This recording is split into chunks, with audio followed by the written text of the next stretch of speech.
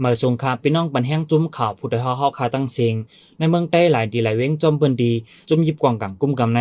ย่ามเหลียวการคุดเฮคุดคำเหลืองนามาแห้งย้อนการคุดเฮคุดคำในเสเฮ็ดให้ส่วนให้นากนเมืองดูกวยลูซุมเกนำเจอในกอเวยหังเป็ดตั้งน้ำเมื่อหนังในจะเว้งยอกแม่จอมหมู่วานเมืองงอในกอย้อนการคุดคำจอมสับน้ำย้อนนำสิมเจในแลน้ำเวยหังตุ้มเตือกนวานตั้งน้ำไหนค่ะจะมีน้ำสองเจ้ค่ะมาลองใส่ห้องน้ำย้อนค่ะมาลองบนห้องน้ำสิงค่ะตัวเล็กวันเมื่อเส้นน้ำมันค่ะตัวนี้บนน้ำกระพุ้งเมื่อเส้นคนน้ำเบอร์เลี้ยงค่ะมันน้ำคือจุ่มค่ะน้ำย้อนในกูบอกว่าสัตว์เสริมค่ะรถเขากันจนตัวเร็วเนี่ยน้ำเบอร์กาแฟค่ะหน้าทางคนขวางแต่หรือทีนึงเขาก็หาซื้อค่ะเดี๋ยวที่สองไม่ค่ะเนี่ยเขาซื้อว่าค่ะน้ำสิงมากว่าได้ขุนก็ขุนค่ะว่าจะมาซื้อข้าววันในท่านขุนค่ะหน้าขุนกวกซึ่งวันน้ำเป็นหน้าล้นๆตะเหลือในกัน130บนเอาไปปูงออกฟูเดี๋ยวทำเลยเนี่ยหน้าเนี่ยมันลวกไอ้ตอนนั้นที่มันผังน้ำด้วยเดี๋ยวขี่ขันซ่ากว่าที่ของพ่อว่ามึงงอก็การคุดคำจอมหมู่วานในเมืองงอในเดี๋ยวมาไว้ซึ่งมันยึดอาณาจึงเมืองเสพ้องซึกเก่าก้าง MNDAA เข้ามากุมกับในยิงแคนเตอร์หนามาแห้งฝ่ายซึกเก่าก้างเขาซื้อตีนก้นวานเสปันให้คมนี่เขามาคุดคำไว้ในค่ะมันดีเป็นกู้การเขามาเสียงดังเลยนะลอยดังวันให้ได้ก็เจ็บจิตขวัญนะอันโคตรได้กู้การเขาเราบันเขมาโคตรเขาไปผู้หลวงมาโคตร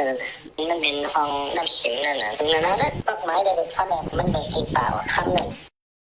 ย้อนซึกเก่าก้างปันคอมนี้มาคุดเฮคุดคำในวานในโซนจอมอองดีก้นเมืองเฮ็ดหากินเลี้ยงต้องในเสตาก้นวานเด็ดสิเพชรการกว่ามื้อนากอทบลองหยาบตั้งน้ำตาน้ำดีหินพาดีลีขึ้นเมืองเก่าก็ดิเลยใจขยามตั้งหึงไหนค่ะอารมณ์ดีกว่าเฮ็ดเป็นกองเป็นกองใช่ไว้จะเขาไปพูดทีเป็นบททีมายินมาใช่ไปขึ้นน้องเรือเพิ่งขึ้นฮีขึ้นเป็นหน้าเลยว่าตั้ง3 ปีก็ไปเป็น4-5 ปีก็ไปเป็นหน้าเลยมันอยู่มันจะได้เป็นนั่งหุบของตัวม้วนให้เราได้ไว้วางเลยว่าเป็นเป็ดพุ่งวงแล้วเราทางขึ้นผ้า12 หน่าย1 หน่ายก็งินออกมาเฉียงเลยแหละ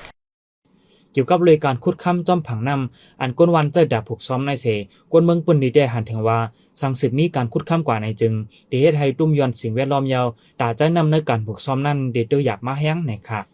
มันดีนี่มันดีไว้สังฆทานหรอกจะอะไรคนญี่ปุ่นอะไรเป็นคนแล้วแต่ดีสารอะไรก็คนญี่ปุ่นต่างคนอะไรนะคนบ้านดีจะสร้างอะไร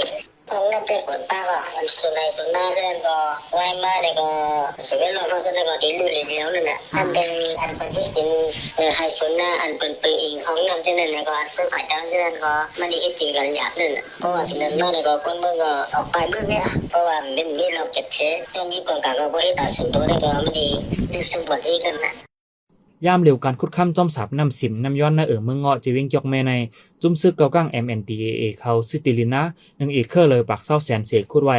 ก้นวานได้ย้อนการงานอำเป็นแลหันถึงว่าฝ่ายก้นคุดคำเขาติดทมปันลินหน้าขึ้นเสจื้อขายปันตาคุดคำก็มีหรือนั่นเนนาดีจุ่มซึกเก่าก้างกุ้มกับละลายดีเมื่อหนังในเจเวงกดขายน้ำปองเจเวงลาซิลเจอในกอจุ่มซึกเก่าก้างเขาห้องเจ้าป้ายมังมีแขเสซิติลินะคุดคำยาวเฮ็ดให้แก้น้ำหวยห่างมาเหมือนกันในค่ะปันแห้งจุ่มข่าวผู้ใดฮอกและยินจมขอบใจใหญ่นำอยู่ข่าวย้อนสู้ให้พี่น้องเฮาอยู่ลิกัดเย็นรถเพเขียนกลองเสกัมข้าวคุณคิงข่าวเหมือสงค่ะ